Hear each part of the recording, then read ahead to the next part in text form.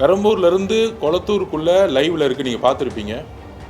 எந்த இடத்துலையும் காவல்துறை இல்லவே இல்லை. மு.க.ஸ்டாலின் அவர்கள் ஏன் இந்த பயம்? கொளத்தூரில் மு.க.ஸ்டாலின் அவர்களுக்கு மிகப்பெரிய எதிர்ப்பு இருக்குது. இன்னும் 2 முறை பிரச்சாரம் நடந்துச்சுன்னா மு.க.ஸ்டாலின் அவர்கள் அங்கே தோத்துருவார். என் பொண்ணு கூட நான் இருக்கணும். அந்த உலகத்தையே எதுக்க சொன்னாலும் எதிர்த்து நின்று ஜெயிப்பேன்.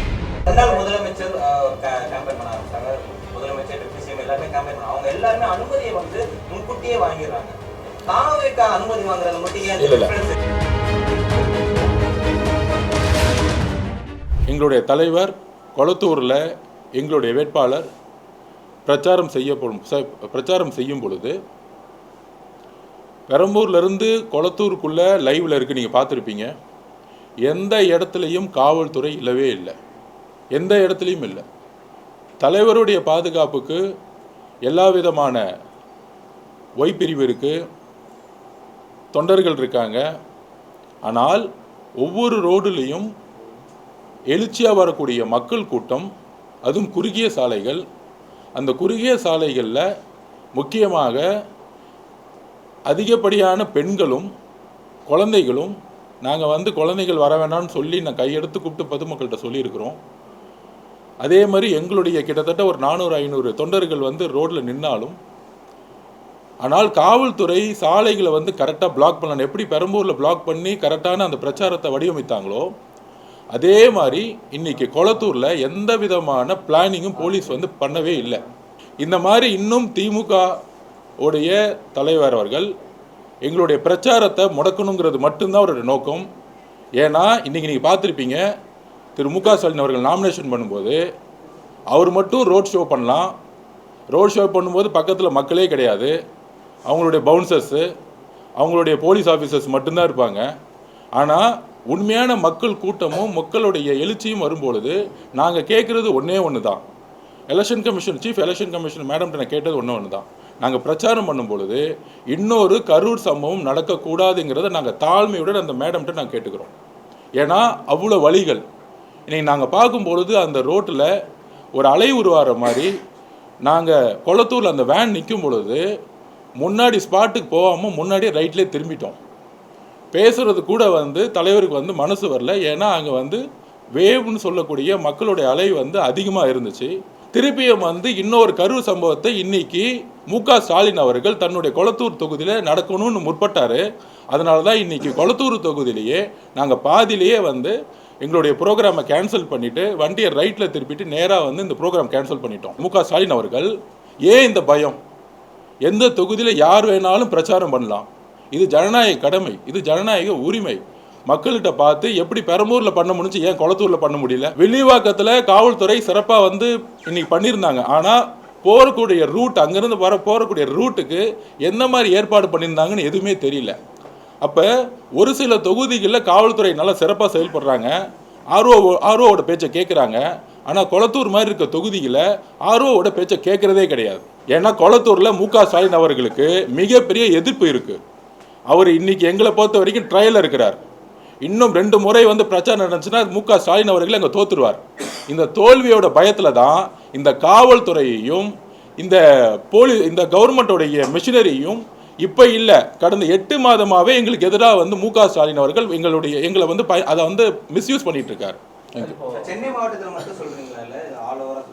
இல்லை, இன்னைக்கு தான் முதல்ல நாங்கள் ஆரம்பித்தோம். இன்னைக்கு முதல்ல ஆரம்பிக்கும் போதே நான் தான் சொல்கிறேன், நாங்கள் யாரையும் குறை சொல்லணும். பெரம்பூரில் ரொம்ப நேர்மையான ஒரு அதிகாரிகள் இருந்தனால அது கரெக்டாக இருந்துச்சு. ஆனால் கொளத்தூரில் மட்டும் ஏன் எங்களால் போக முடியல?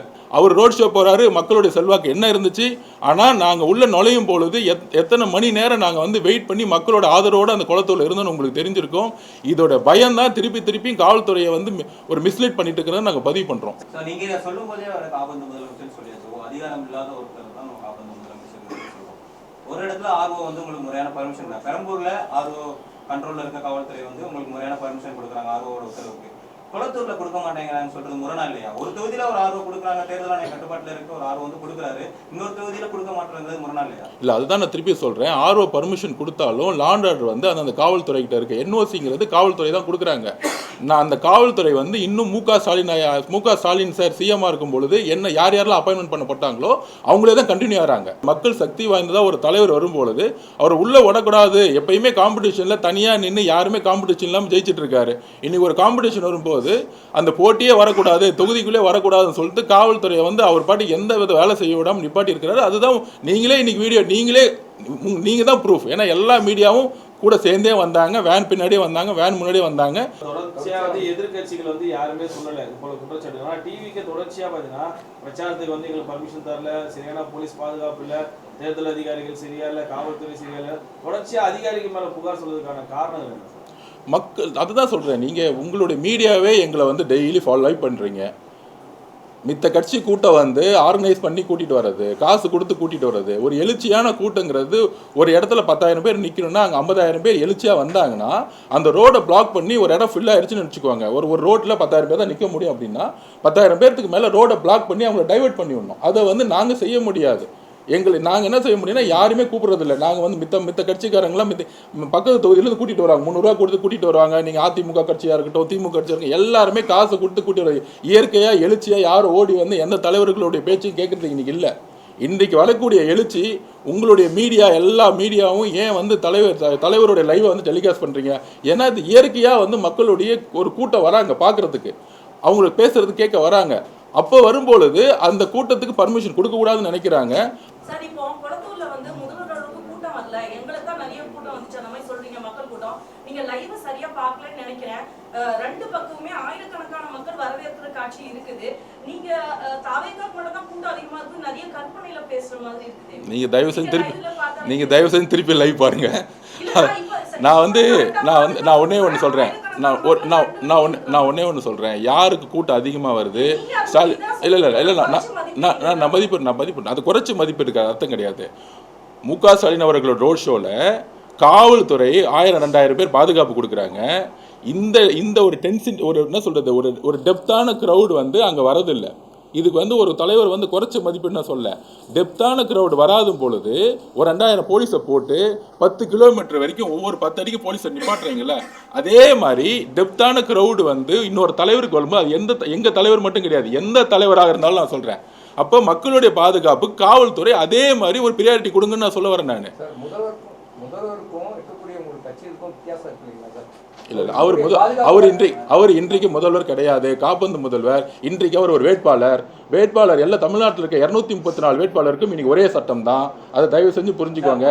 ஒரு நிமிஷம் புரிஞ்சுக்கோங்க. எலெக்ஷன் கமிஷன் வந்துருச்சுன்னா யாருக்கும் அதிகாரம் கிடையாது. கண்டிப்பா இது வந்து அவருக்கு எதிராக திரும்பும்.